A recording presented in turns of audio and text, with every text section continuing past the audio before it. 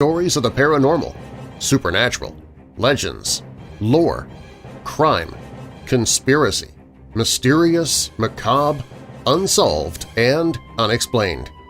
If you're new here, welcome to the show.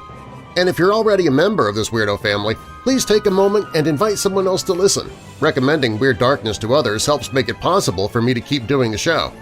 And if you have a personal, creepy, true story to tell, you can call the Dark Line toll-free at 877-277-5944. That's 877-277-5944.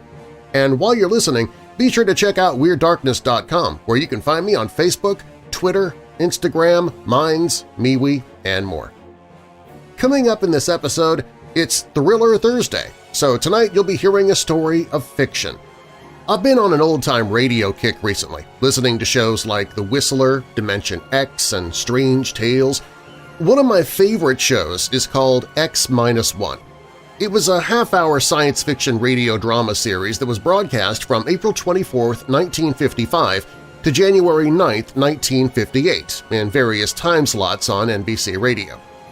At the end of each episode, they tell you where the stories they used come from before they adapted them for radio. And one of those sources was the publication Astounding Science Fiction Magazine.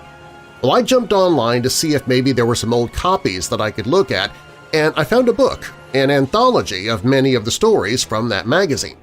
The book was published in 1954. The story was titled First Contact, written by Murry Leinster in 1945. The story is credited as one of the first instances of a universal translator in science fiction. So influential is the story that it won a Retro Hugo Award for Best Novelette in 1996. The book I was able to purchase online has seen better days, as it apparently went straight to the Sheffield City Libraries and was checked out numerous times, almost immediately after it was turned in by the previous reader. You can see that by the dates stamped on the inside, so get ready for a little sci-fi fun. Bolt your doors, lock your windows, turn off your lights, and come with me into the Weird Darkness.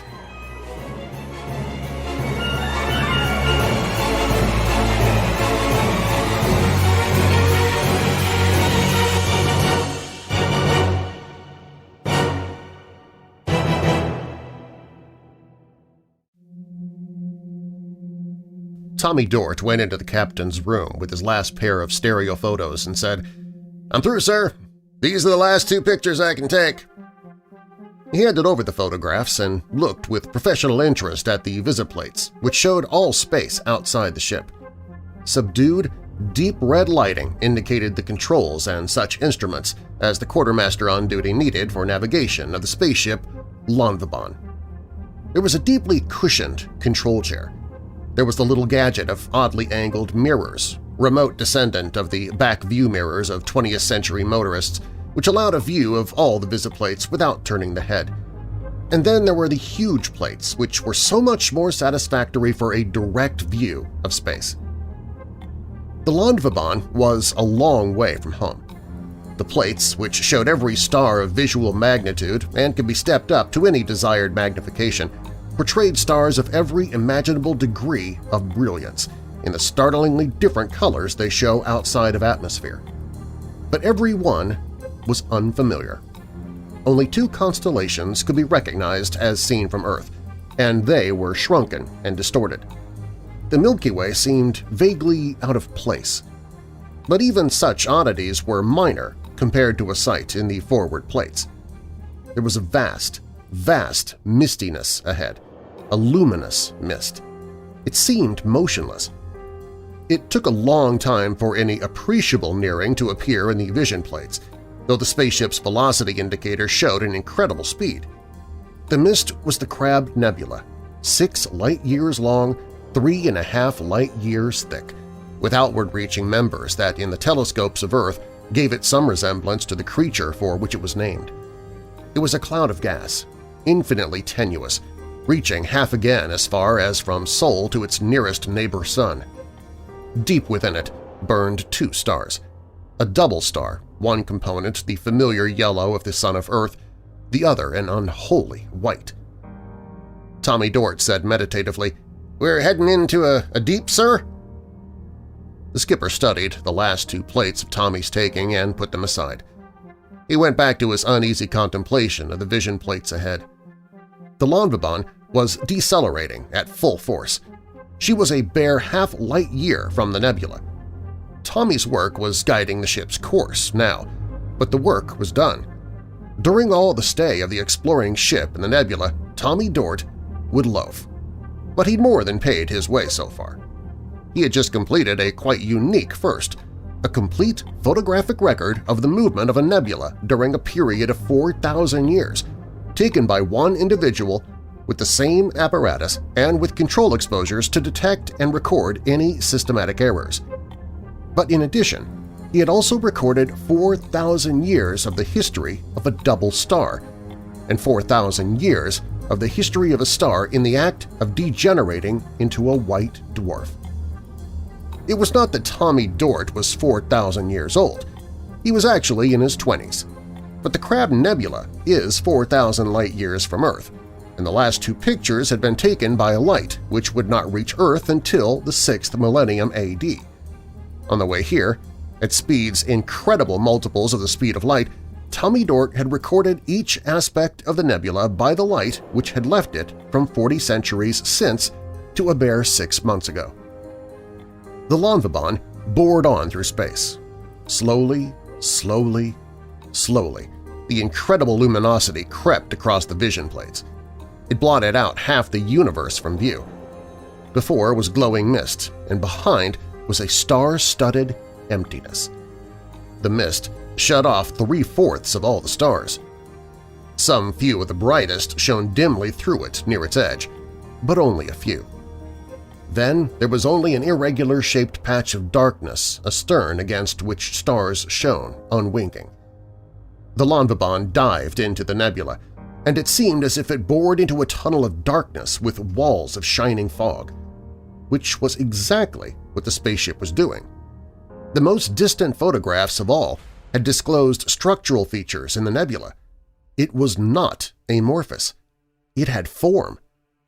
As the Lonvibon drew nearer, indications of structure grew more distinct, and Tommy Dort had argued for a curved approach for photographic reasons.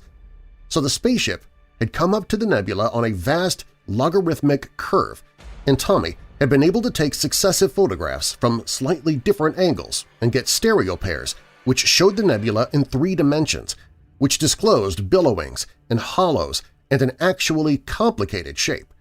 In places, the nebula displayed convolutions like those of a human brain. It was into one of those hollows that the spaceship now plunged. They had been called deeps by analogy with crevices in the ocean floor, and they promised to be useful. The skipper relaxed. One of the skipper's functions nowadays is to think of things to worry about, and then worry about them. The skipper of the Lonvibon was conscientious. Only after a certain instrument remained definitely not registering did he ease himself back in his seat. "It was just barely possible," he said heavily, "that those deeps might be non-luminous gas. But they're empty, so we'll be able to use overdrive as long as we're in them." It was a light year and a half from the edge of the nebula to the neighborhood of the double star which was at its heart. That was the problem. A nebula is a gas. It is so thin that a comet's tail is solid by comparison, but a ship traveling on overdrive, above the speed of light, does not want to hit even a merely hard vacuum. It needs pure emptiness, such as exists between the stars. But the Lonvibon could not do much in this expanse of mist if it was limited to speeds a merely hard vacuum will permit. The luminosity seemed to close in behind the spaceship, which slowed and slowed and slowed. The overdrive went off with the sudden pinging sensation which goes all over a person when the overdrive field is released. Then, almost instantly, bells burst into clanging, strident uproar all through the ship. Tommy was almost deafened by the alarm bell which rang in the captain's room before the quartermaster shut it off with a flip of his hand. But other bells could be heard ringing throughout the rest of the ship, to be cut off as automatic doors closed one by one. Tommy Dort stared at the skipper. The skipper's hands clenched. He was up and staring over the quartermaster's shoulder. One indicator was apparently having convulsions. Others strained to record their findings. A spot on the diffusedly bright mistiness of a bow quartering visiplate grew brighter as the automatic scanner focused on it.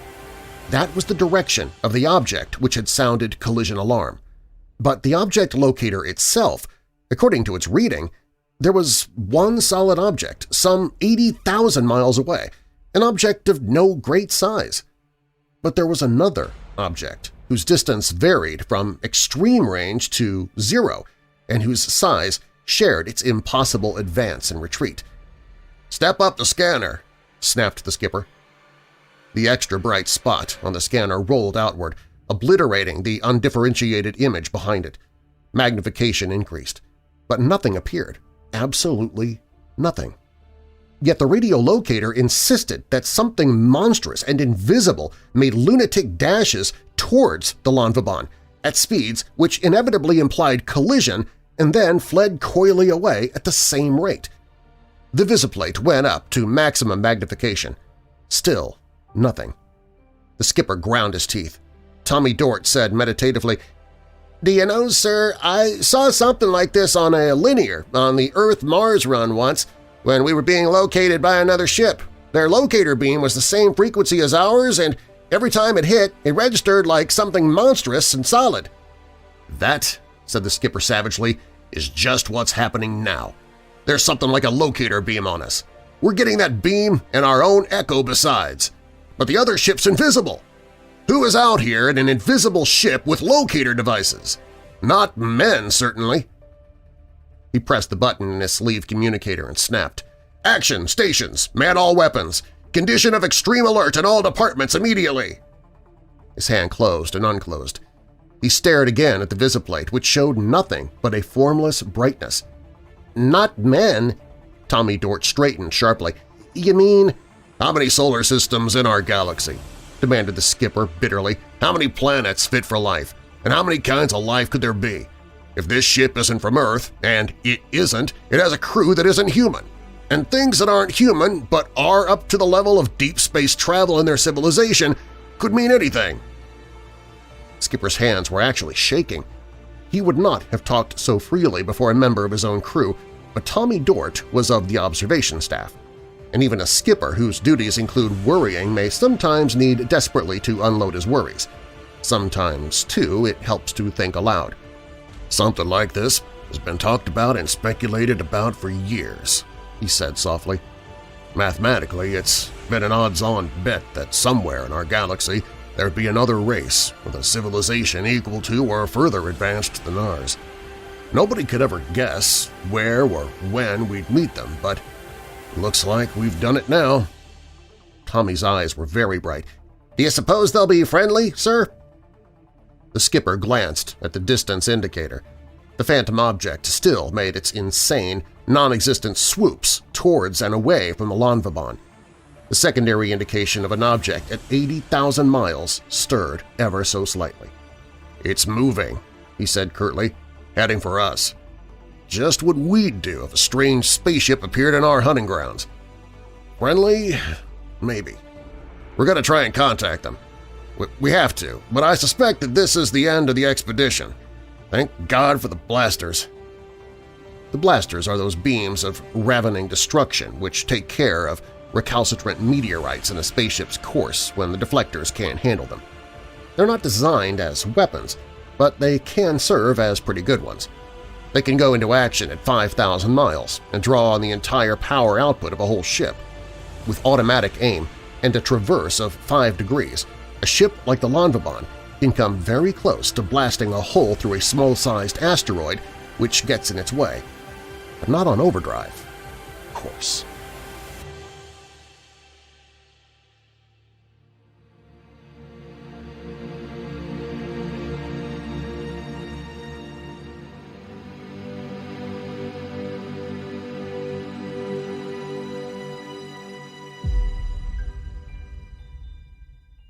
Tommy Dort had approached the bow-quartering visiplate.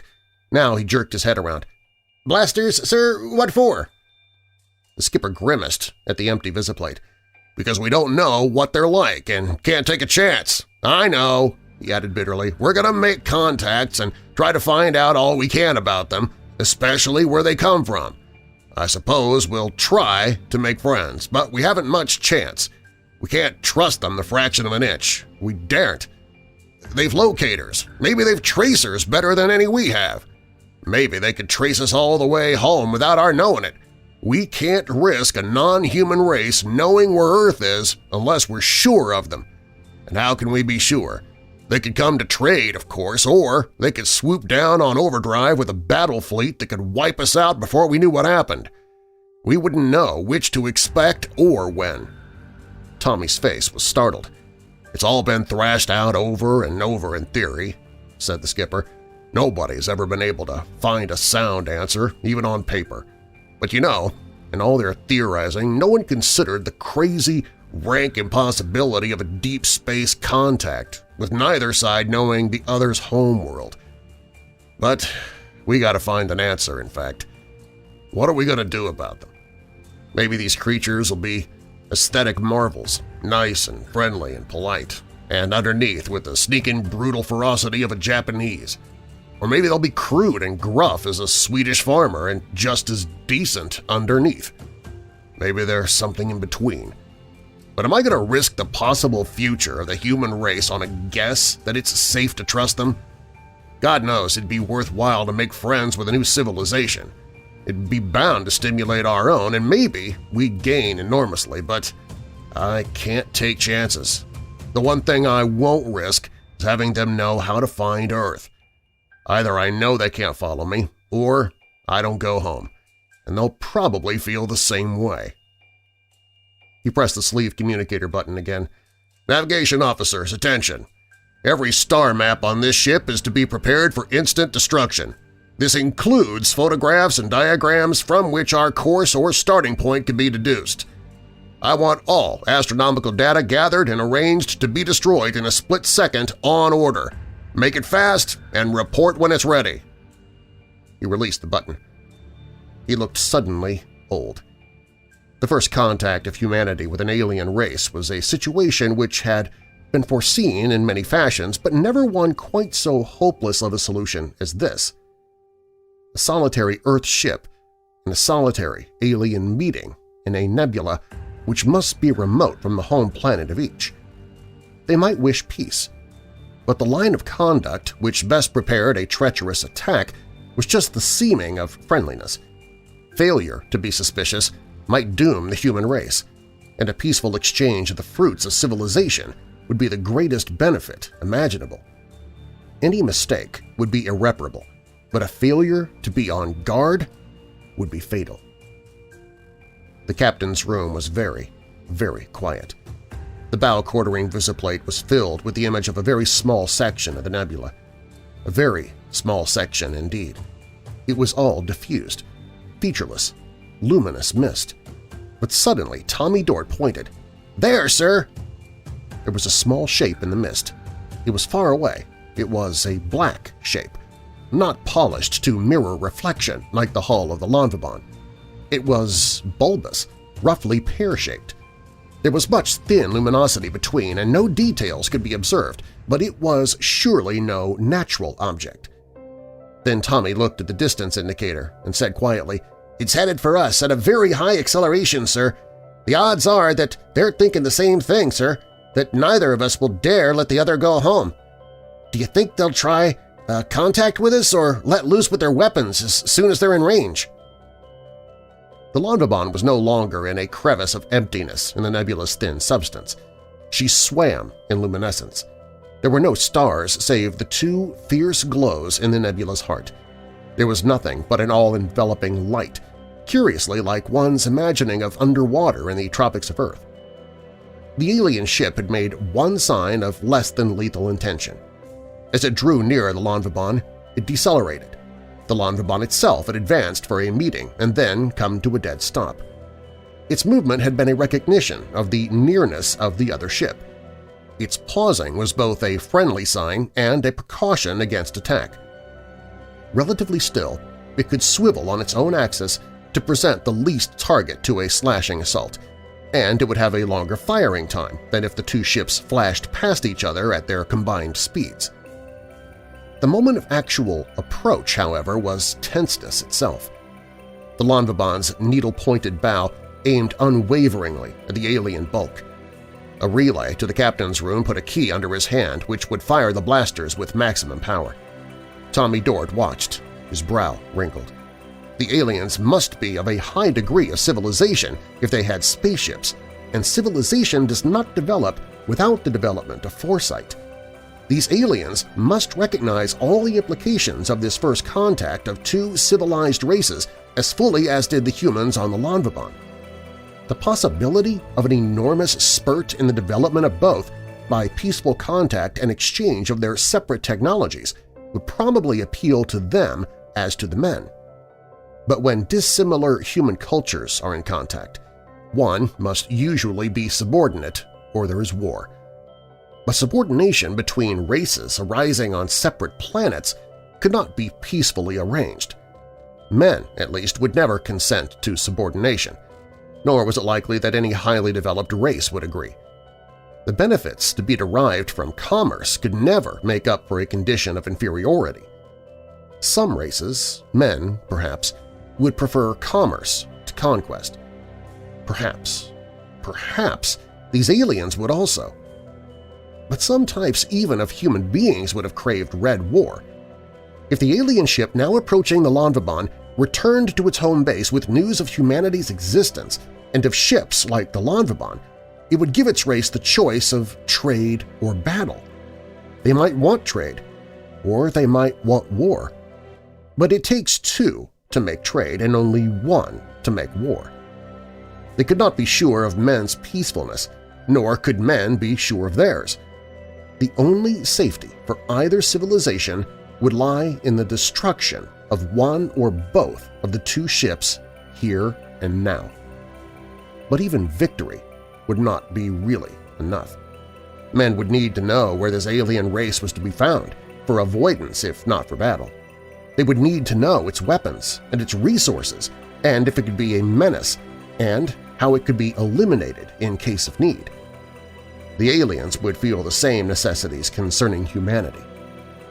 So the skipper of the Lonvabon did not press the key which might possibly have blasted the other ship to nothingness.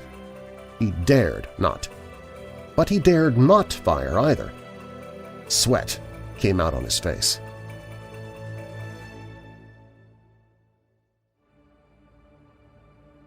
A speaker muttered, someone from the range room.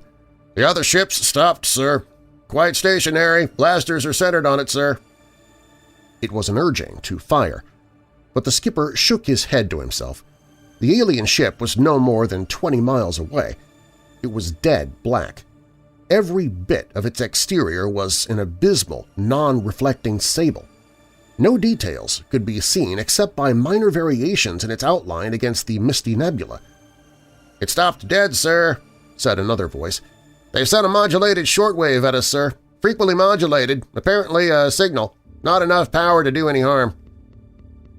The skipper said through tight-locked teeth, "They're doing something now. There's movement on the outside of their hull. Watch what comes out.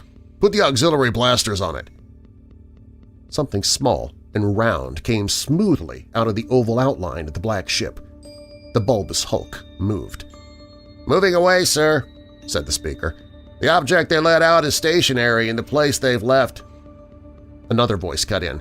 "More frequency-moderated stuff, sir. Unintelligible." Tommy Dort's eyes brightened. The skipper watched the visiplate with sweat droplets on his forehead. "Rather pretty, sir," said Tommy meditatively. "If they sent anything towards us, it might seem a projectile or a bomb, so they came close, let out a lifeboat, and went away again. They figure we could send a boat or a man to make contact without risking our ship. They must think pretty much as we do." The skipper said without moving his eyes from the plate, "Mr. Dort, would you care to go out and look the thing over? I can't order you, but I need all my operating crews for emergencies. The observation staff—" "It's expendable." "Very well, sir," said Tommy briskly. "I won't take a lifeboat, sir, just a suit with a drive in it.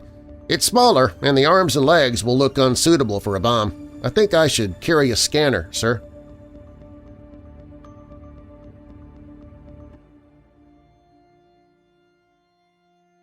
The alien ship continued to retreat. 40, 80, 400 miles. It came to a stop and hung there, waiting. Climbing into his atomic-driven spacesuit just within the Lonvabon's airlock, Tommy heard the reports as they went over the speakers throughout the ship. That the other ship had stopped its retreat at 400 miles was encouraging. It might not have weapons effective at a greater distance than that, and so felt safe. But just as the thought formed itself in his mind, the alien retreated precipitously still farther, which, as Tommy reflected as he emerged from the lock, might be because the aliens had realized they were giving themselves away, or might be because they wanted to give the impression that they had done so. He swooped away from the silvery mirror Lonvabon through a brightly glowing emptiness which was past any previous experience of the human race. Behind him, the Lonvabon swung about and darted away. The skipper's voice came in Tommy's helmet phones. "We're pulling back too, Mr. Dort. There's a bare possibility that they've some explosive atomic reaction that they can't use from their own ship, but which might be destructive, even as far as this. We'll draw back. Keep your scanner on the object." The reasoning was sound, if not very comforting. An explosive which would destroy anything within 20 miles was theoretically possible, but humans didn't have it yet. It was decidedly safest for the Lonvabon to draw back. But Tommy Dort felt very lonely. He sped through emptiness towards the tiny black speck which hung in incredible brightness. The Lonvabon vanished. Its polished hull would merge with the glowing mist at a relatively short distance anyhow. The alien ship was not visible to the naked eye either. Tommy swam in nothingness, 4,000 light-years from home, towards a tiny black spot which was the only solid object to be seen in all of space. It was a slightly distorted sphere, not much over 6 feet in diameter. It bounced away when Tommy landed on it feet first. There were small tentacles or horns which projected in every direction. They looked rather like the detonating horns of a submarine mine, but there was a glint of crystal at the tip end of each. "I'm here," said Tommy into his helmet phone. He caught hold of a horn and drew himself to the object. It was all metal, dead black. He could feel no texture through his space gloves, of course, but he went over and over it, trying to discover its purpose. "Deadlock, sir," he said presently. "Nothing to report that the scanner hasn't shown you." Then, through his suit, he felt vibrations. They translated themselves as clankings. A section of the rounded hull of the object opened out. 2 sections. He worked his way around to look in and see the first non-human civilized beings that any man had ever looked upon. But what he saw was simply a flat plate on which dim red glows crawled here and there in seeming aimlessness. His helmet phones emitted a startled exclamation. The skipper's voice. "Very good, Mr. Dort. Fix your scanner to look into that plate. They dumped out a robot with an infrared visiplate for communication. Not risking any personnel. Whatever we might do would damage only machinery. Maybe they expect us to bring it on board, and it may have a bomb charge that can be detonated when they're ready to start for home. I'll send a plate to face one of its scanners. You return to the ship." "Yes, sir," said Tommy. "But which way is the ship, sir?" There were no stars. The nebula obscured them with its light. The only thing visible from the robot was the double star at the nebula's center. Tommy was no longer oriented. He had but one reference point. "Head straight away from the double star," came the order in his helmet phone. "We'll pick you up." He passed another lonely figure a little later, headed for the alien sphere with a vision plate to set up. The 2 spaceships, each knowing that it dared not risk its own race by the slightest lack of caution, would communicate with each other through this small, round robot. Their separate vision systems would enable them to exchange all the information they dared give, while they debated the most practical way of making sure that their own civilization would not be endangered by this first contact with another. The truly most practical method would be the destruction of the other ship in a swift and deadly attack in self-defense.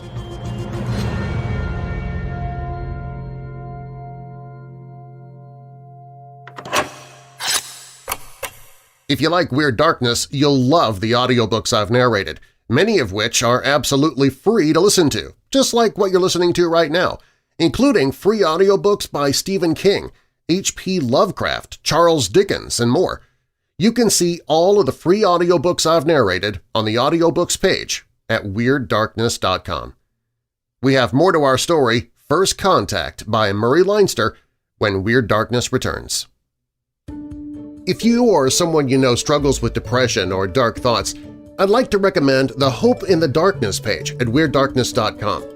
There, I've gathered resources to help fight depression with the 7 Cups app, connecting you with people who've also struggled with depression and are there to lift you up, even professional listeners there to listen at all hours of the day. If you're having dark thoughts of harming yourself or worse, there's the Suicide Prevention Lifeline that you can either call or chat online with anytime 24/7. The folks at ifred.org are doing what they can with research and education on depression to give us the tools we need to fight against it in the days ahead. And if you feel a lack of hope in your life, take the 30-Day Global Hope Challenge. It's absolutely free. You can do it alone or with a friend or with a group. And after 30 days, you'll have a better understanding of how to build hope in your own life and in the life of others. You can find all of this on the Hope in the Darkness page at WeirdDarkness.com. Some folks don't stop searching till they find the truth. And if you've got the eye of a detective, June's Journey is the game for you. Play as June Parker in a gripping murder mystery adventure as you find hidden objects to help solve her sister's death. You'll hunt for clues in hundreds of beautifully illustrated scenes set in the Roaring '20s. With more than 1,000 scenes filled with clues, there's always something new to discover. You may even trek across the globe for your next lead. Every week, new chapters are added with new characters to meet and places to search. Plus, there are tons of fun, unique features to keep you entertained. From building your own island estate with expansive gardens and beautiful buildings to collecting scraps of information on each character to fill your photo album. You can even play with or against other players by joining a detective club. Find your first clue by downloading June's Journey today. Available on Android and iOS mobile devices, as well as on PC through Facebook Games. American Giant is the leading manufacturer of American-made clothing. When you choose American Giant, you are saying yes to clothes made under the highest standards, ones that support sustainable jobs, living wages, safe working conditions, and use high-quality materials. Plus, they have a full range of timeless durable basics for men and women. Wear your values in the new year. Get 20% off with code NY23 at American-Giant.com. That's 20% off at American-Giant.com. Code NY23. American Giant does things the hard way, but that's because it's the right way. By choosing to manufacture all of its clothes in the United States, American Giant supports local communities and produces the highest quality goods on the market. 10 years ago, they went against the grain and imagined making a hoodie of unbelievable quality, locally. One that would hold up for years and get better with each wear. They did just that, and now they have a full range of durable essentials for men and women, including tees, premium sweaters, cozy sweats, and so much more. The best part? Everything is American-made to the highest standards, supporting hardworking communities, living wages, and safe working conditions. So you can buy your values and fill your closet with long-lasting clothes you can feel great about. Wear your values in the new year, complete with durable essentials at American-Giant.com. And get 20% off with code NY23 at checkout. That's 20% off at American-Giant.com, code NY23. Has anything scary happened to you? Tell your true story by calling the Dark Line toll-free at 1-877-277-5944. That's 1-877-277-5944.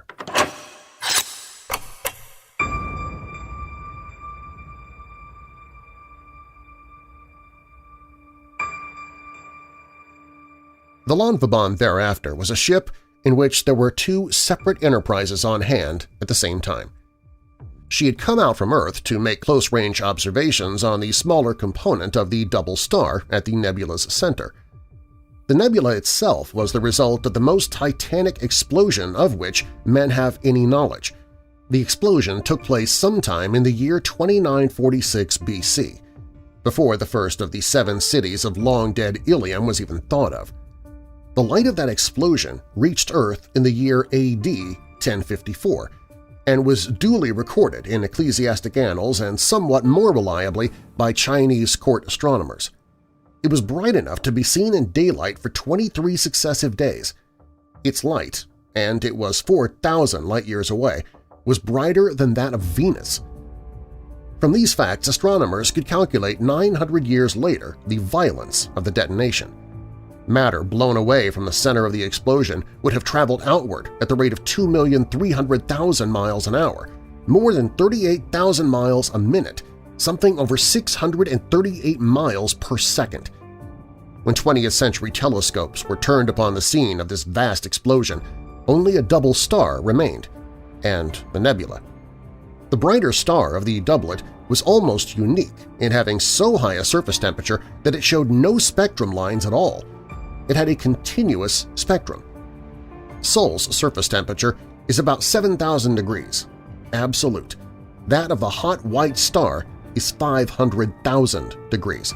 It has nearly the mass of the Sun, but only 1/5 its diameter, so that its density is 173 times that of water, 16 times that of lead, and 8 times that of iridium, the heaviest substance known on Earth. But even this density is not that of a dwarf white star like the companion of Sirius. The white star in the Crab Nebula is an incomplete dwarf. It is a star still in the act of collapsing. Examination, including the survey of a 4,000-year column of its light, was worthwhile. The Landvabon had come to make that examination. But the finding of an alien spaceship upon a similar errand had implications which overshadowed the original purpose of the expedition. A tiny, bulbous robot floated in the tenuous nebular gas. The normal operating crew of the Landvabon stood at their posts with a sharp alertness which was productive of tense nerves. The observation staff divided itself, and a part went half-heartedly about the making of the observations for which the Landvabon had come. The other half applied itself to the problem the spaceship offered. It represented a culture which was up to space travel on an interstellar scale. The explosion of a mere 5,000 years since must have blasted every trace of life out of existence in the area now filled by the nebula. So the aliens of the black spaceship came from another solar system. Their trip must have been like that of the Earth ship for purely scientific purposes. There was nothing to be extracted from the nebula. They were then at least near the level of human civilization, which meant that they had or could develop arts and articles of commerce which men would want to trade for, in friendship. But they would necessarily realize that the existence and civilization of humanity was a potential menace to their own race. The two races could be friends, but also they could be deadly enemies.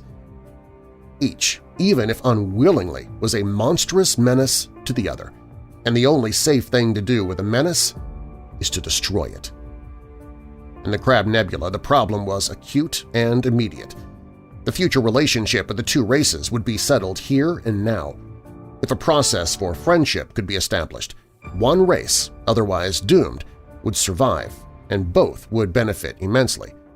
But that process had to be established and confidence built up without the most minute risk of danger from treachery.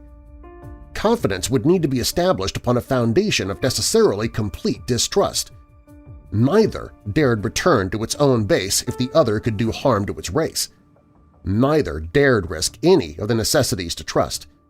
The only safe thing for either to do was destroy the other or be destroyed. But even for war, more was needed than mere destruction of the other. With interstellar traffic, the aliens must have atomic power and some form of overdrive for travel above the speed of light. With radio location and visiplates and shortwave communication they had, of course, many other devices. What weapons did they have? How widely extended was their culture? What were their resources? Could there be a development of trade and friendship, Or were the two races so unlike that only war could exist between them? If peace was possible, how could it be begun? The men of the Lanvabon needed facts, and so did the crew of the other ship. They must take back every morsel of information they could. The most important information of all would be of the location of the other's civilization, just in case of war. That one bit of information might be the decisive factor in an interstellar war, but other facts would be enormously valuable. The tragic thing was that there could be no possible information which could lead to peace. Neither ship could stake its own race's existence upon any conviction of the goodwill or the honor of the other. So there was a strange truce between the two ships. The alien went about its work of making observations, as did the Lanvabon. The tiny robot floated in bright emptiness. A scanner from the Lanvabon was focused upon a vision plate from the alien. A scanner from the alien regarded a vision plate from the Lanvabon. Communications began.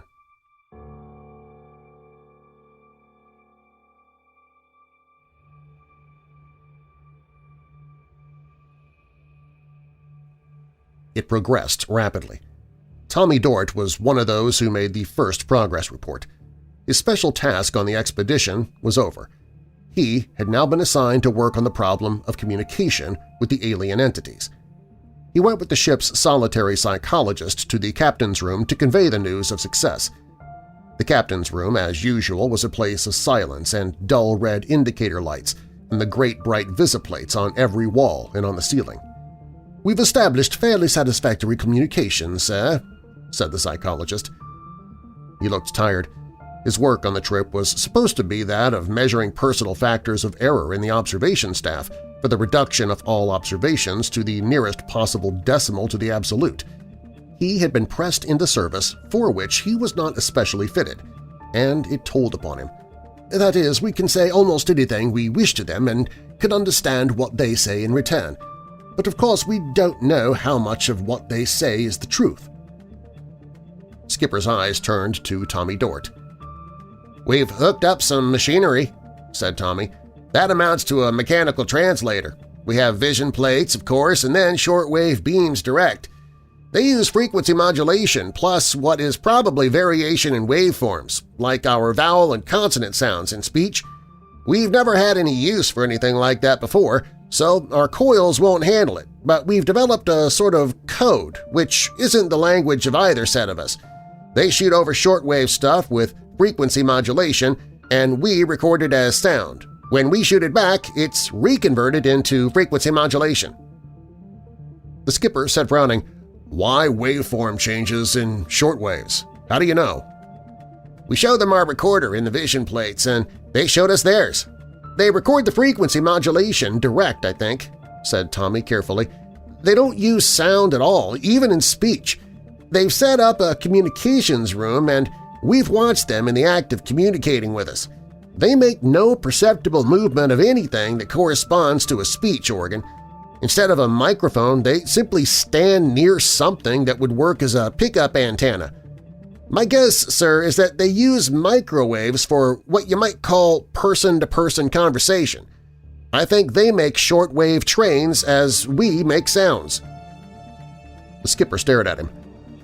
"That means they have telepathy." Yes, sir," said Tommy. "Also, it means that we have telepathy too as far as they are concerned. They're probably deaf. They've certainly no idea of using sound waves in air for communications. They simply don't use noises for any purpose." The skipper stored the information away. "What else?" "Well, sir," said Tommy doubtfully, "I think we're all set. We agree on arbitrary symbols for objects, sir, by way of the visiplates, and worked out relationships and verbs and so on that have mutual meanings. We set up an analyzer to sort out their shortwave groups, which we feed into a decoding machine. And then the coding end of the machine picks out recordings to make the wave groups we want to send back. When you're ready to talk to the skipper of the other ship, I think we're ready."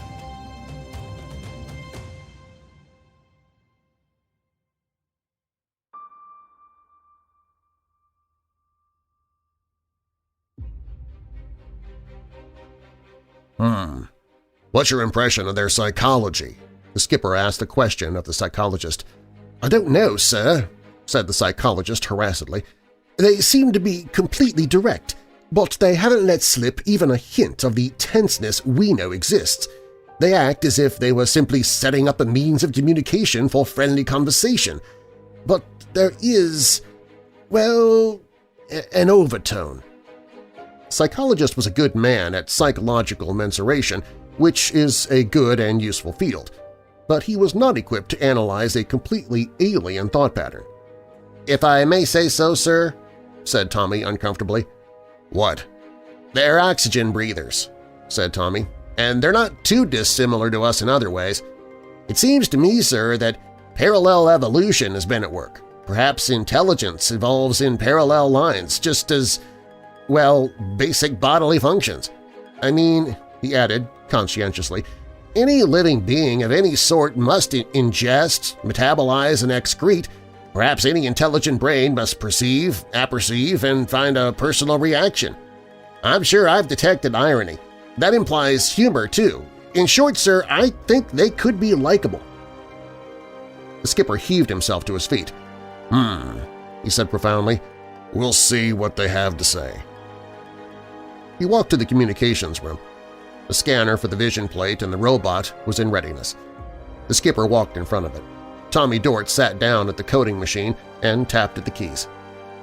Highly improbable noises came from it, went into a microphone, and governed the frequency modulation of a signal sent through space to the other spaceship.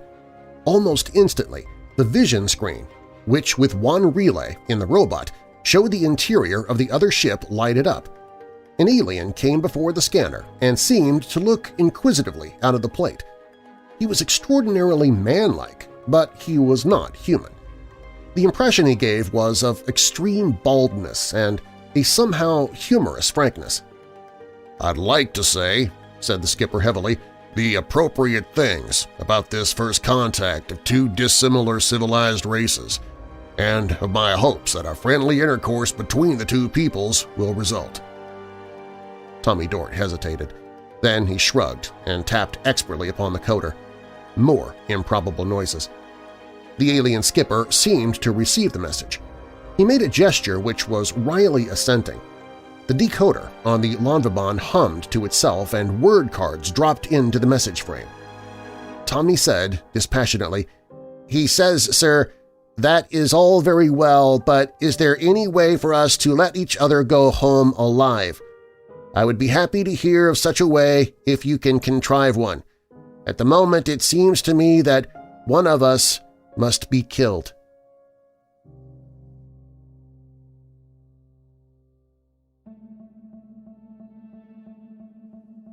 The atmosphere was of confusion. There were too many questions to be answered all at once. Nobody could answer any of them, and all of them had to be answered. The Lonvibon could start for home. The alien ship might or might not be able to multiply the speed of light by one more unit than the Earth vessel. If it could, the Lonvibon would get close enough to Earth to reveal its destination and then have to fight. It might or might not win. Even if it did win, the aliens might have a communications system by which the Lonvibon's destination might have been reported to the aliens' home planet before battle was joined. But the Lonvibon might lose in such a fight. If she was to be destroyed, it would be better to be destroyed here, without giving any clue to where human beings might be found by a forewarned, four-armed alien battle fleet. The black ship was in exactly the same predicament. It, too, could start for home, but the Lonvibon might be faster, and an overdrive field can be trailed if you set to work on it soon enough. The aliens also would not know whether the Lonvibon could report to its home base without returning. If the alien was to be destroyed, it also would prefer to fight it out here so that it could not lead a probable enemy to its own civilization. Neither ship, then, could think of flight. The course of the Lonvibon into the nebula might be known to the black ship, but it had been the end of a logarithmic curve, and the aliens could not know its properties. They could not tell from what direction the Earth ship had started. As of the moment, then, the two ships were even. But the question was, and remained, what now? There was no specific answer. The aliens traded information for information and did not always realize what information they gave. The humans traded information for information, and Tommy Dort sweated blood in his anxiety not to give any clue to the whereabouts of Earth. The aliens saw by infrared light, and the vision plates and scanners in the robot communication exchange had to adapt their respective images up and down an optical octave each for them to have any meaning at all. It did not occur to the aliens that their eyesight told that their sun was a red dwarf, yielding light of greatest energy just below the part of the spectrum visible to human eyes. But after that fact was realized on the Lonvabon, it was realized that the aliens, too, should be able to deduce the sun's spectral type by the light to which men's eyes were best adapted. There was a gadget for the recording of short-wave trains which was as casually in use among the aliens as a sound recorder is among men. The humans wanted that, badly, and the aliens were fascinated by the mystery of sound. They were able to perceive noise, of course, just as a man's palm will perceive infrared light by the sensation of heat it produces, but they could no more differentiate pitch or tone quality than a man is able to distinguish between two frequencies of heat radiation even half an octave apart. To them, the human science of sound was a remarkable discovery. They would find uses for noises which humans had never imagined, if they lived. But that was another question. Neither ship could leave without first destroying the other. But while the flood of information was in passage, neither ship could afford to destroy the other. There was the matter of the outer coloring of the two ships. The Lonvabon was mirror-bright exteriorly. The alien ship was dead black by visible light. It absorbed heat to perfection and should radiate it away again as readily. But it did not. The black coating was not a black body color or lack of color. It was a perfect reflector of certain infrared wavelengths, while simultaneously it fluoresced in just those wavebands. In practice, it absorbed the higher frequencies of heat, converted them to lower frequencies it did not radiate, and stayed at the desired temperature even in empty space.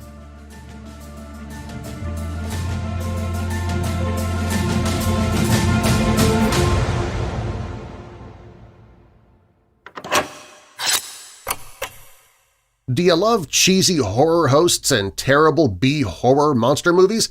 You can find them 24 hours a day on the Monster Channel, which you can watch absolutely free on the Weirdo Watch Party page at WeirdDarkness.com. First Contact by Murry Leinster continues in just a moment.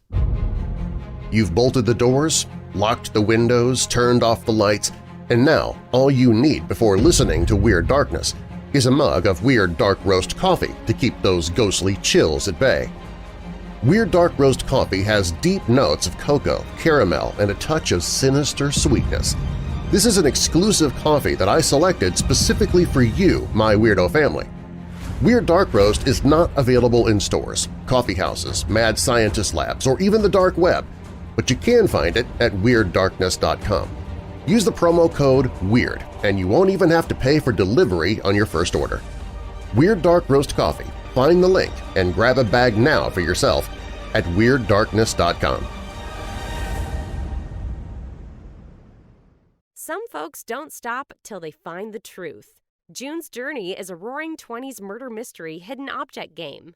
Find your first clue by downloading June's Journey today. Available on Android or iOS devices and on PC through Facebook Games. It's time for my annual trip to the gym. You only go once a year? Yep. Arrive, have no clue what to do, try some random exercises, leave. That's it. You should try Fitbod. It's an app that builds a workout routine just for you, based on your goals, fitness level, and equipment. And a whole year of Fitbod costs less than one session with a trainer. Wow, this has already been my most productive gym trip yet. Download Fitbod today and get a 14-day free trial plus 25% off your subscription when you go to fitbod.me/getfit. Mary redeemed a $50,000 cash prize playing Chumba Casino this year. I was only playing for fun, so winning this was a dream come true. Chumba Casino is America's #1 social casino experience. It's serious fun. With over 80 casino-style games to choose from, you too could win life-changing amounts of cash. Be like Mary. Log on to ChumbaCasino.com and give them a whirl. That's ChumbaCasino.com. No purchase necessary. Void where prohibited by law. 18 plus. Terms and conditions apply. See website for details. The voice in the preceding commercial was not the actual voice of a winner. Has anything scary happened to you? Tell your true story by calling the Dark Line toll-free at 1-877-277-5944. That's 1-877-277-5944.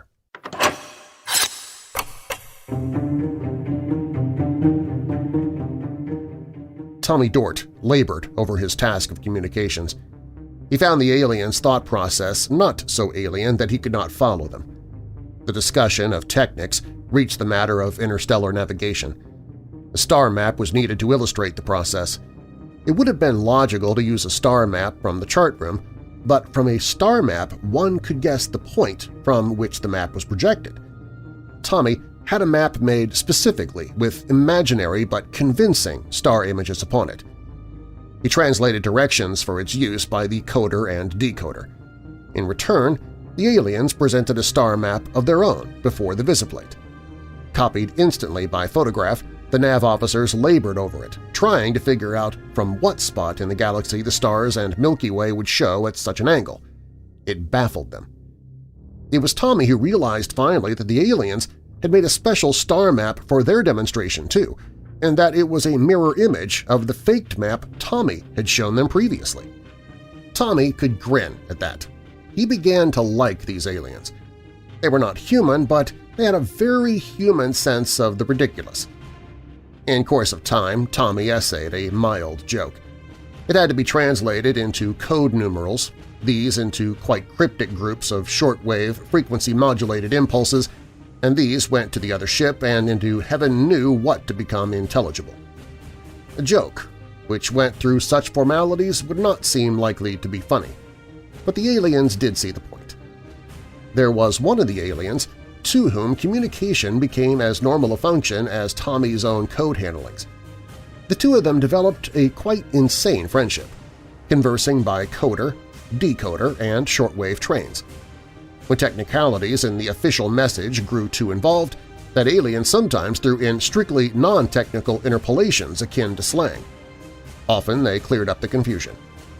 Tommy, for no reason whatsoever, had filed a code name of Buck, which the decoder picked out regularly when this particular operator signed his own symbol to a message. In the third week of communication, the decoder suddenly presented Tommy with a message in the message frame. "You are a good guy. It is too bad we have to kill each other. Buck." Tommy had been thinking much the same thing. He tapped off the rueful reply. "We can't see any way out of it. Can you?" There was a pause, and the message frame filled up again. "If we could believe each other, yes, our skipper would like it. But we can't believe you, and you can't believe us. We'd trail you home if we got a chance, and you'd trail us. But we feel sorry about it. Buck." Tommy Dort took the message to the skipper. "Look here, sir," he said urgently. "These people are almost human, and they're likable cusses."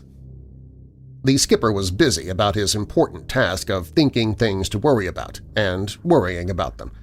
He said tiredly, "They're oxygen breathers. Their air's 28% oxygen instead of 20. But they could do very well on Earth. It'd be a highly desirable conquest for them. And we still don't know what weapons they've got or what they can develop. Would you tell them how to find Earth?" "No," said Tommy unhappily. "They probably feel the same way," said the skipper dryly.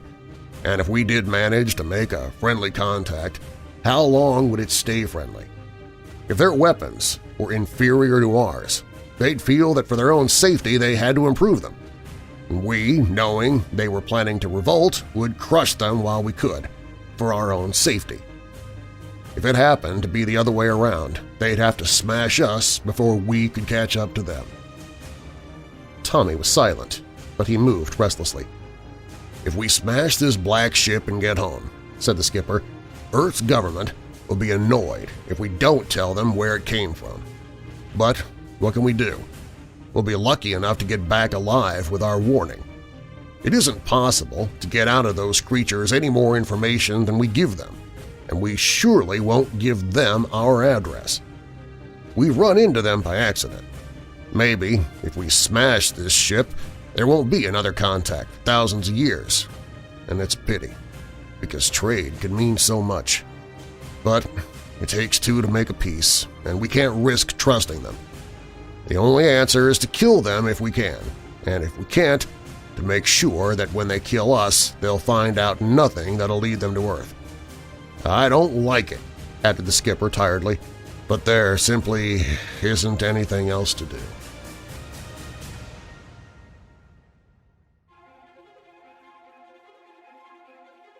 On the Lonvibon, the technicians worked frantically in two divisions. One prepared for victory, and the other for defeat. The ones working for victory could do little. The main blasters were the only weapons with any promise.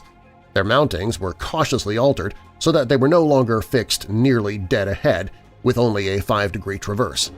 Electronic controls which followed a radio locator master finder would keep them trained with absolute precision upon a given target regardless of its maneuverings. More, a hitherto unsung genius in the engine room devised a capacity storage system by which the normal full output of the ship's engines could be momentarily accumulated and released in surges of stored power far above normal. In theory, the range of the blasters should be multiplied and their destructive power considerably stepped up. But there was not much more that could be done. The defeat crew had more leeway. Star charts, navigational instruments carrying telltale notations, the photographic record Tommy Dort had made on the 6 months' journey from Earth, and every other memorandum offering clues to Earth's position were prepared for destruction. They were put in sealed files, and if any one of them was opened by one who did not know the exact, complicated process, the contents of all the files would flash into ashes, and the ashes be churned past any hope of restoration. Of course, if the Lonvibon should be victorious, a carefully not indicated method of reopening them in safety would remain. There were atomic bombs placed all over the hull of the ship. If its human crew should be killed without complete destruction of the ship, the atomic power bombs should detonate if the Lonvibon were brought alongside the alien vessel. There were no ready-made atomic bombs on board, but there were small, spare atomic power units on board. It was not hard to trick them so that when they were turned on, instead of yielding a smooth flow of power, they would explode. And 4 men of the Earth ship's crew remained always in spacesuits with closed helmets to fight the ship should it be punctured in many compartments by an unwarned attack. Such an attack, however, would not be treacherous. The alien skipper had spoken frankly. His manner was that of one who wryly admits the usefulness of lies. The skipper and the Lonvibon, in turn, heavily admitted the virtue of frankness. Each insisted, perhaps truthfully, that he wished for friendship between the two races, but neither could trust the other not to make every conceivable effort to find out the one thing he needed most desperately to conceal – the location of his home planet. And neither dared believe that the other was unable to trail him and find out, because each felt it his own duty to accomplish that unbearable, to the other, act. Neither could risk the possible extinction of his race by trusting the other. They must fight because they could not do anything else. They could raise the stakes of the battle by an exchange of information beforehand, but there was a limit to the stake either would put up. No information on weapons, population, or resources would be given by either. Not even the distance of their home bases from the Crab Nebula would be told. They exchanged information, to be sure, but they knew a battle to the death must follow, and each strove to represent his own civilization as powerful enough to give pause to the other's ideas of possible conquest, and thereby increased its appearance of menace to the other and made battle more unavoidable. It was curious how completely such alien brains could mesh, however.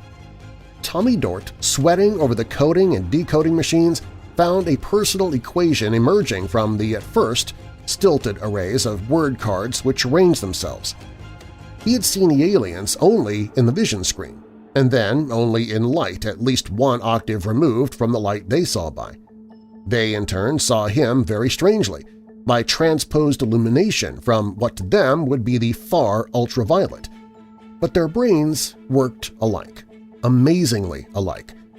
Tommy Dort felt an actual sympathy and even something close to friendship for the gill-breathing, bald, and dryly ironic creatures of the black space vessel.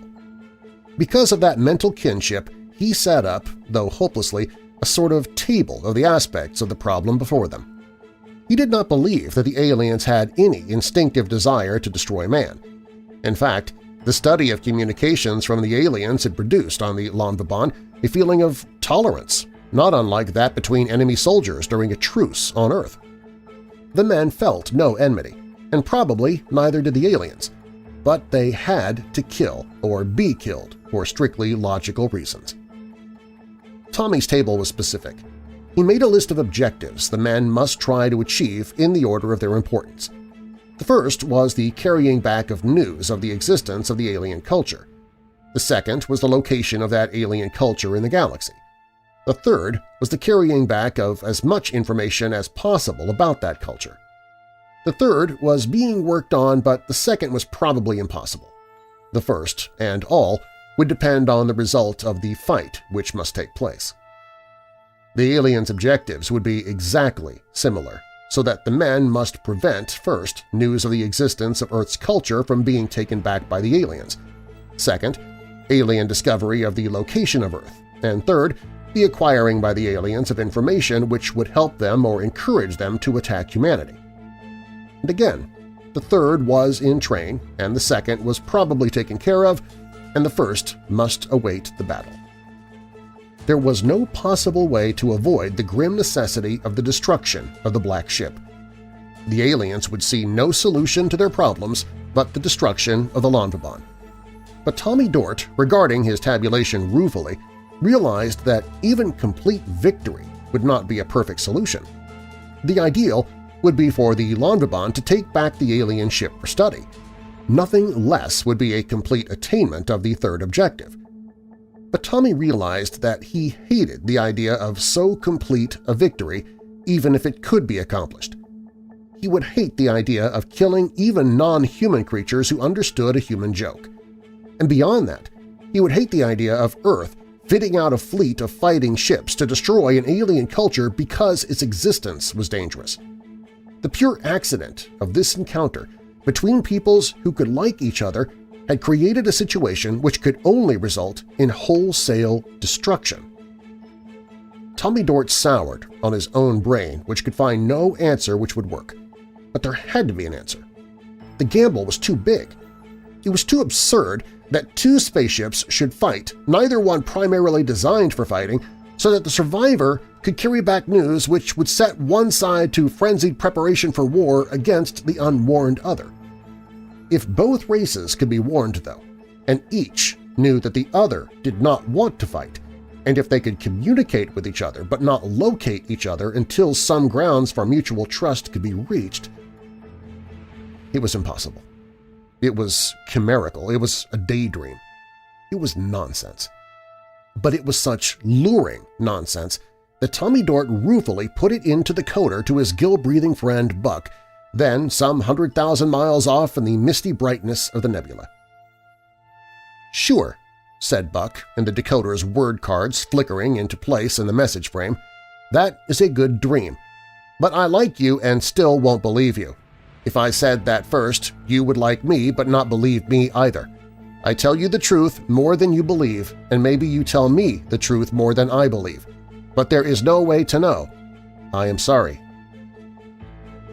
Tommy Dort stared gloomily at the message. He felt a very horrible sense of responsibility. Everyone did on the Lanvabon. If they failed in this encounter, the human race would run a very good chance of being exterminated in time to come. If they succeeded, the race of the aliens would be the ones to face destruction most likely. Millions or billions of lives hung upon the actions of a few men. Then Tommy Dort saw the answer. It would be amazingly simple if it worked. At worst, it might give a partial victory to humanity and the Lonvabon.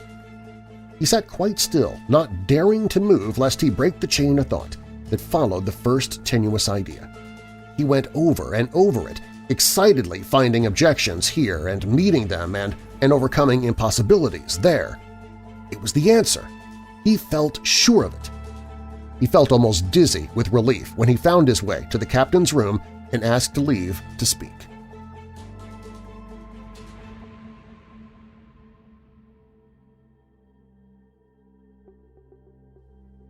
It is the function of a skipper, among others, to find things to worry about. But the Lonvabon's skipper did not have to look.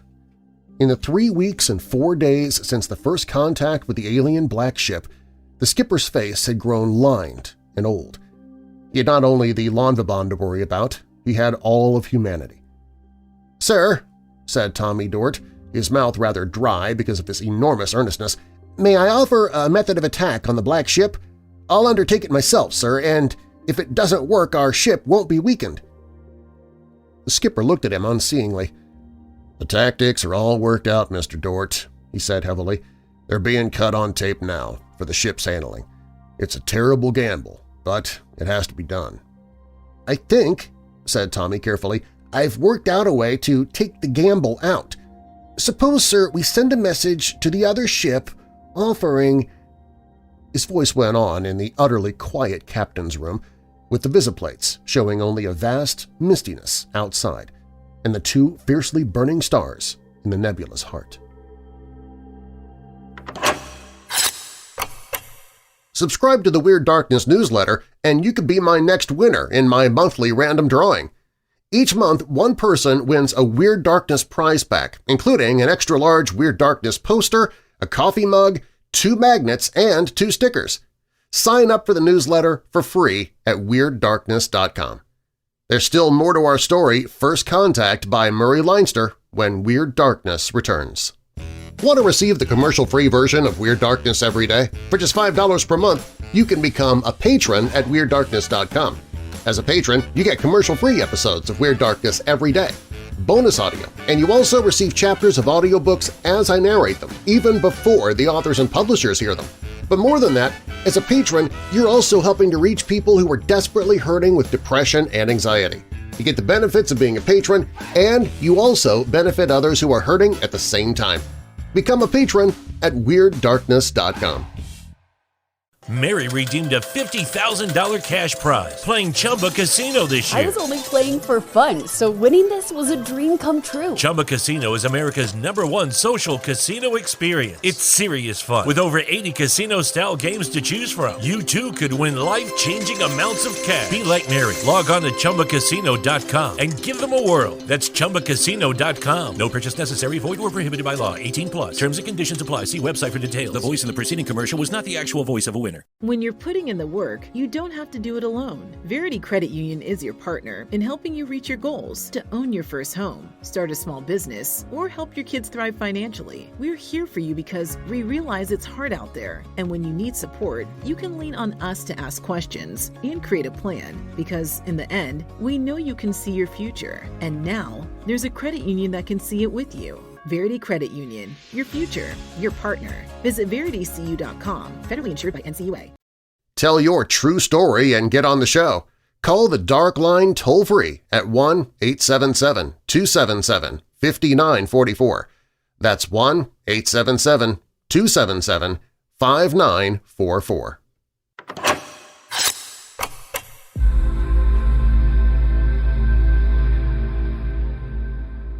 The skipper himself went through the airlock with Tommy. For one reason, the action Tommy had suggested would need his authority behind it. For another, the skipper had worried more intensively than anybody else on the Lonvabon, and he was tired of it. If he went with Tommy, he would do the thing himself, and if he failed, he would be the first one killed, and the tapes for the Earth's ship maneuvering were already fed into the control board and correlated with the master timer. If Tommy and the skipper were killed, a single control pushed home would throw the Lonvabon into the most furious possible all-out attack, which would end in the complete destruction of one ship or the other. or both. So the skipper was not deserting his post. The outer airlock door swung wide. It opened upon that shining emptiness which was the nebula. 20 miles away, the little round robot hung in space, drifting in an incredible orbit about the twin central suns and floating ever nearer and nearer. It would never reach either of them, of course. The white star alone was so much hotter than Earth's sun that its heat effect would produce Earth's temperature on an object 5 times as far from it as Neptune is from Sol. Even removed to the distance of Pluto, the little robot would be raised to cherry-red heat by the blazing white dwarf, and it could not possibly approach to the 90-odd million miles which is the Earth's distance from the Sun. So near, its metal would melt and boil away as vapor. But half a light-year out, the bulbous object bobbed in emptiness. The two space-suited figures soared away from the Lonvabon. The small atomic drives which made them minute spaceships on their own had been subtly altered, but the change did not interfere with their functioning. They headed for the communication robot. The skipper, out in space, said gruffly, "Mr. Dort, all my life I have longed for adventure. This is the first time I could ever justify it to myself." His voice came through Tommy's space phone receivers. Tommy wetted his lips and said, "It doesn't seem like adventure to me, sir. I want terribly for the plan to go through. I thought adventure was when you didn't care." "Oh, no," said the skipper. "Adventure is when you toss your life on the scales of chance and wait for the pointer to stop." They reached the round object. They clung to its short, scanner-tipped horns. "Intelligent, those creatures," said the skipper heavily. "They must want desperately to see more of our ship than the communications room to agree to this exchange of visits before the fight." "Yes, sir," said Tommy. But privately he suspected that Buck, his gill-breathing friend, would like to see him in the flesh before one or both of them died. And it seemed to him that between the two ships had grown up an odd tradition of courtesy, like that between two ancient knights before a tourney, when they admired each other wholeheartedly before hacking at each other with all the contents of their respective armories. They waited. Then, out of the mist, came two other figures. The alien spacesuits were also power-driven. The aliens themselves were shorter than men, and their helmet openings were coated with a filtering material to cut off visible and ultraviolet rays, which to them would be lethal. It was not possible to see more than the outline of the heads within. Tommy's helmet phone said from the communications room on the Lonvabon, "They say that their ship is waiting for you, sir. The airlock door will be open." The skipper's voice said heavily, "Mr. Dort, have you seen their spacesuits before? If so, are you sure that they're not carrying anything extra, such as bombs?" "Yes, sir," said Tommy. "We've showed each other our space equipment. They've nothing but regular stuff in view, sir." The skipper made a gesture to the two aliens. He and Tommy Dort plunged on for the black vessel. They could not make out the ship very clearly with the naked eye, but directions for change of course came from the communications room. The black ship loomed up. It was huge, as long as the Lonvabon and vastly thicker. The airlock did stand open. The two spacesuited men moved in and anchored themselves with magnetic-soled boots. The outer door closed. There was a rush of air and simultaneously the sharp, quick tug of artificial gravity. Then the inner door opened. All was darkness. Tommy switched on his helmet light at the same instant as the skipper. Since the aliens saw by infrared and white light would have been intolerable to them. The men's helmet lights were therefore of the deep red tint used to illuminate instrument panels, so there will be no dazzling of eyes that must be able to detect the minutest specks of white light on a navigation vision plate. There were aliens waiting to receive them. They blinked at the brightness of the helmet lights. The space phone receivers said in Tommy's ear, "They say, sir, their skipper is waiting for you." Tommy and the skipper were in a long corridor with a soft flooring underfoot. Their lights showed details of which every one was exotic. "I think I'll crack my helmet, sir," said Tommy. He did. The air was good. By analysis, it was 30% oxygen instead of 20 for normal air on Earth, but the pressure was less. It felt just right. The artificial gravity, too, was less than that maintained on Lonvabon. The home planet of the aliens would be smaller than Earth and, by the infrared data, circling close to a nearly dead dull red sun. The air had smells in it. They were utterly strange but not unpleasant.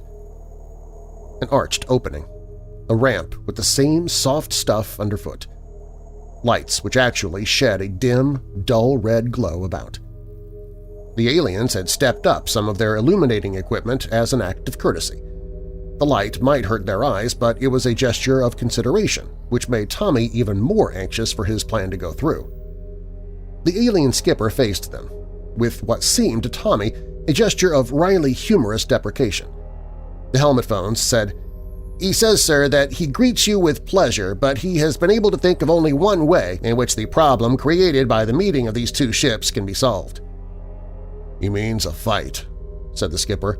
"Tell him I'm here to offer another choice." The Lonvabon's skipper and the skipper of the alien ship were face-to-face, but their communications were weirdly indirect. The aliens used no sound in communication. Their talk, in fact, took place on microwaves and approximated telepathy. But they could not hear in any ordinary sense of the word, so the skipper's and Tommy's speech approached telepathy too, as far as they were concerned. When the skipper spoke, his space phone sent his words back to the Lonvabon, where the words were fed into the coder and shortwave equivalents sent back to the black ship. The alien skipper's reply went to the Lonvabon and through the decoder and was retransmitted by space phone in words read from the message frame. It was awkward, but it worked. The short and stocky alien skipper paused. The helmet phones relayed his translated, soundless reply. "He is anxious to hear, sir." The skipper took off his helmet. He put his hands at his belt in a belligerent pose. "Look here," he said truculently to the bald, strange creature in an unearthly red glow before him. "It looks like we have to fight, and one batch of us get killed. We're ready to do it if we have to, but if you win, we've got it fixed, so you'll never find out where Earth is, and there's a good chance we'll get you anyhow. If we win, we'll be in the same fix. And if we win and go back home, our government will fit out a fleet and start hunting your planet. And if we find it, we'll be ready to blast it to hell. If you win, the same thing will happen to us. And it's all foolishness. We've stayed here a month, and we've swapped information, and we don't hate each other. There's no reason for us to fight except for the rest of our respective races." The skipper stopped for breath, scowling. Tommy Dort inconspicuously put his own hands on the belt of his spacesuit. He waited, hoping desperately that the trick would work.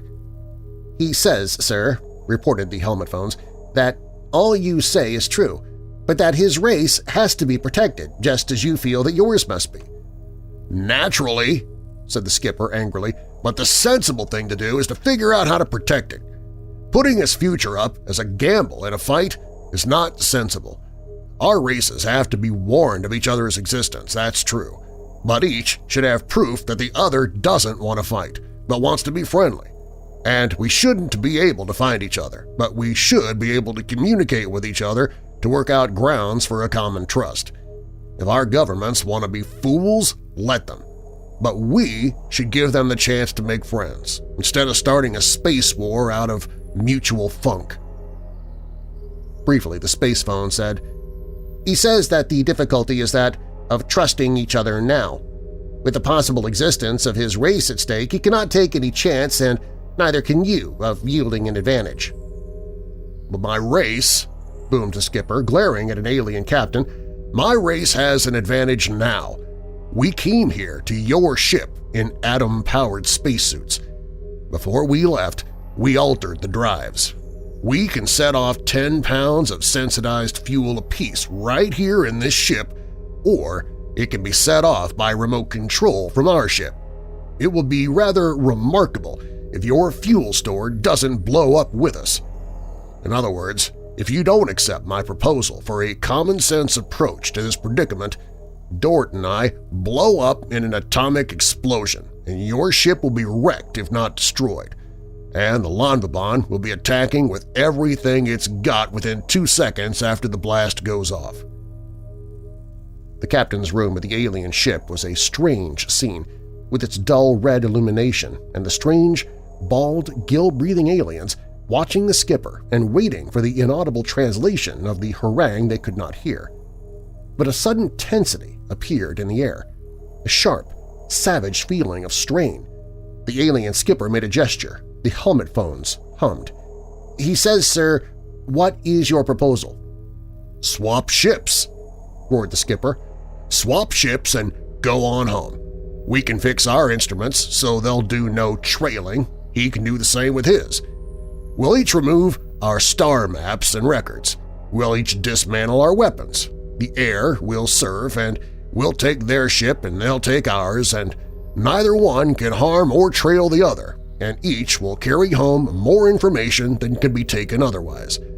We can agree on this same Crab Nebula as a rendezvous when the double star has made another circuit, and if our people want to meet them, they can do it, and if they're scared, they can duck it. That's my proposal, and he'll take it, or Dort and I blow up their ship and the Lonvabon blasts what's left." He glared about him while he waited for the translation to reach the tense, small, stocky figures about him. He could tell when it came because the tenseness changed. The figures stirred. They made gestures. One of them made convulsive movements. It lay down on the soft floor and kicked. Others leaned against its walls and shook. The voice in Tommy Dort's helmet phones had been strictly crisp and professional before, but now it sounded blankly amazed. "He said, sir, that's a good joke, because the 2 members he sent to our ship and that you passed on the way have their spacesuits stuffed with atomic explosive too, sir, and he intended to make the very same offer and threat. Of course, he accepts, sir. Your ship is worth more to him than his own, and he's worth more to you than the Lonvabon. It appears, sir, to be a deal." Then Tommy Dort realized what the convulsive movements of the aliens were. They were laughter.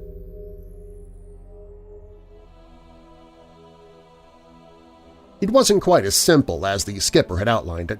The actual working out of the proposal was complicated. For 3 days, the crews of the 2 ships were intermingled, the aliens learning the workings of the Lonvabon's engines and the men learning the controls of the black spaceship.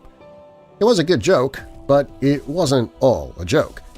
There were men on the black ship and aliens on the Lonvabon, ready at an instant's notice to blow up the vessel in question. And they would have done it in case of need, for which reason the need did not appear. But it was actually a better arrangement to have 2 expeditions return to 2 civilizations under the current arrangement than for either to return alone. There were differences, though. There was some dispute about the removal of records. In most cases, the dispute was settled by the destruction of the records. There was more trouble caused by the Lonvabon's books and the alien equivalent of a ship's library containing works which approximated the novels of Earth. But those items were valuable to possible friendship because they would show the 2 cultures, each to the other, from the viewpoint of normal citizens and without propaganda. But nerves were tense during those 3 days. Aliens unloaded and inspected the foodstuffs intended for the men on the black ship. Men transshipped the foodstuffs the aliens would need to return to their home. There were endless details, from the exchange of lighting equipment to suit the eyesight of the exchanging crews, to a final checkup of apparatus. A joint inspection party of both races verified that all detector devices had been smashed but not removed so that they could not be used for trailing and had not been smuggled away. And of course the aliens were anxious not to leave any useful weapons on the black ship nor the men upon the Lonvabon. It was a curious fact that each crew was best qualified to take exactly the measures which made an evasion of the agreement impossible. There was a final conference before the 2 ships parted, back in the communications room of the Lonvabon. "Tell the little runt," rumbled the Lonvabon's former skipper, "that he's got a good ship, and he'd better treat her right." The message frame flicked word cards into position. "I believe," it said on the alien skipper's behalf, that your ship is just as good. I will hope to meet you here when the double star has turned one turn." The last man left the Longbahn. It moved away into a misty nebula before they had returned to the black ship. The vision plates in that vessel had been altered for human eyes, and human crewmen watched jealously for any trace of their former ship as their new craft took a crazy, evading course to a remote part of the nebula. It came to a crevice of nothingness, leading to the stars. It rose swiftly to clear space. There was the instant of breathlessness which the overdrive field produces as it goes on, and the black ship whipped away into the void at many times the speed of light. Many days later, the skipper saw Tommy Dort poring over one of the strange objects which were the equivalent of books. It was fascinating to puzzle over. The skipper was pleased with himself. The technicians of the Longbah's former crew were finding out desirable things about the ship almost momently. Doubtless the aliens were as pleased with their discoveries in the Longbah, but the black ship would be enormously worthwhile, and the solution that had been found was by any standard much superior even to a combat in which the Earthmen had been overwhelmingly victorious. Mr. Dort," said the skipper profoundly, "you've no equipment to make another photographic record on the way back. It was left on the Longbah. But fortunately, we have your record taken on the way out, and I shall report most favorably on your suggestion and your assistance in carrying it out. I think very well of you, sir." "Thank you, sir," said Tommy Dort. He waited. The skipper cleared his throat. "You, first realized the close similarity of mental processes between the aliens and ourselves," he observed. "What do you think of the prospects of a friendly agreement if we keep a rendezvous with them at the nebula as agreed?" "Oh, we'll get along all right, sir," said Tommy. "We got a good start towards friendship. After all, since they see by infrared, the planets they'd want to make use of wouldn't suit us. There's no reason why we shouldn't get along. We're almost alike in psychology." "Now, just what do you mean by that?" demanded the skipper. "Why, they're just like us, sir," said Tommy. "Of course they breathe through gills and they see by heat waves, and their blood has a copper base instead of iron, and a few little details like that, but otherwise we're just alike. There were only men in their crew, sir, but they have two sexes, as we have, and they have families and their sense of humor, in fact." Tommy hesitated. "Go on, sir," said the skipper. "Well, there was the one I called Buck, sir, because he hadn't any name that goes into sound waves," said Tommy. "We got along very well. I'd really call him my friend, sir. And we were together for a couple of hours just before the two ships separated, and we'd nothing in particular to do, so I became convinced that humans and aliens are bound to be good friends if they only have half a chance. You see, sir, we spent those 2 hours telling dirty jokes."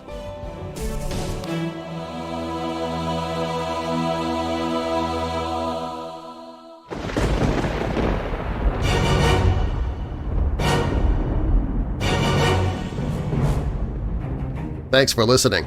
If you like the show, please share it with someone you know who loves the paranormal or strange stories, true crime, monsters, or unsolved mysteries like you do.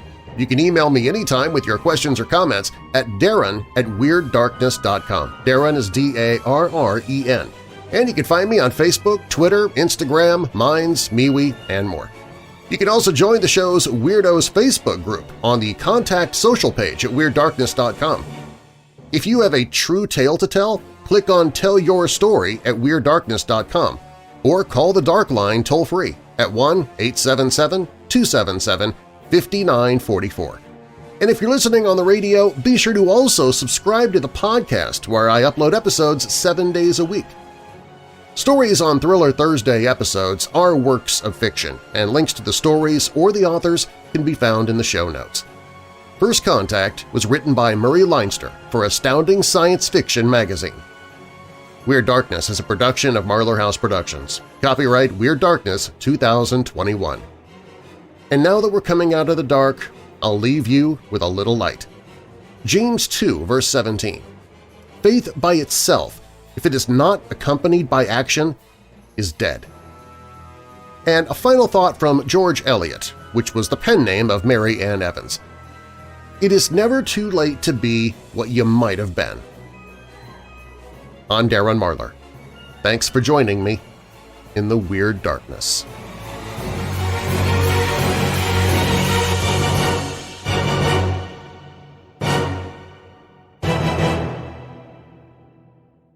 Mary redeemed a $50,000 cash prize playing Chumba Casino this year. I was only playing for fun, so winning this was a dream come true. Chumba Casino is America's #1 social casino experience. It's serious fun. With over 80 casino-style games to choose from, you too could win life-changing amounts of cash. Be like Mary. Log on to ChumbaCasino.com and give them a whirl. That's ChumbaCasino.com. No purchase necessary. Void or prohibited by law. 18+. Terms and conditions apply. See website for details. The voice in the preceding commercial was not the actual voice of a winner. When you're putting in the work, you don't have to do it alone. Verity Credit Union is your partner in helping you reach your goals to own your first home, start a small business, or help your kids thrive financially. We're here for you because we realize it's hard out there, and when you need support, you can lean on us to ask questions and create a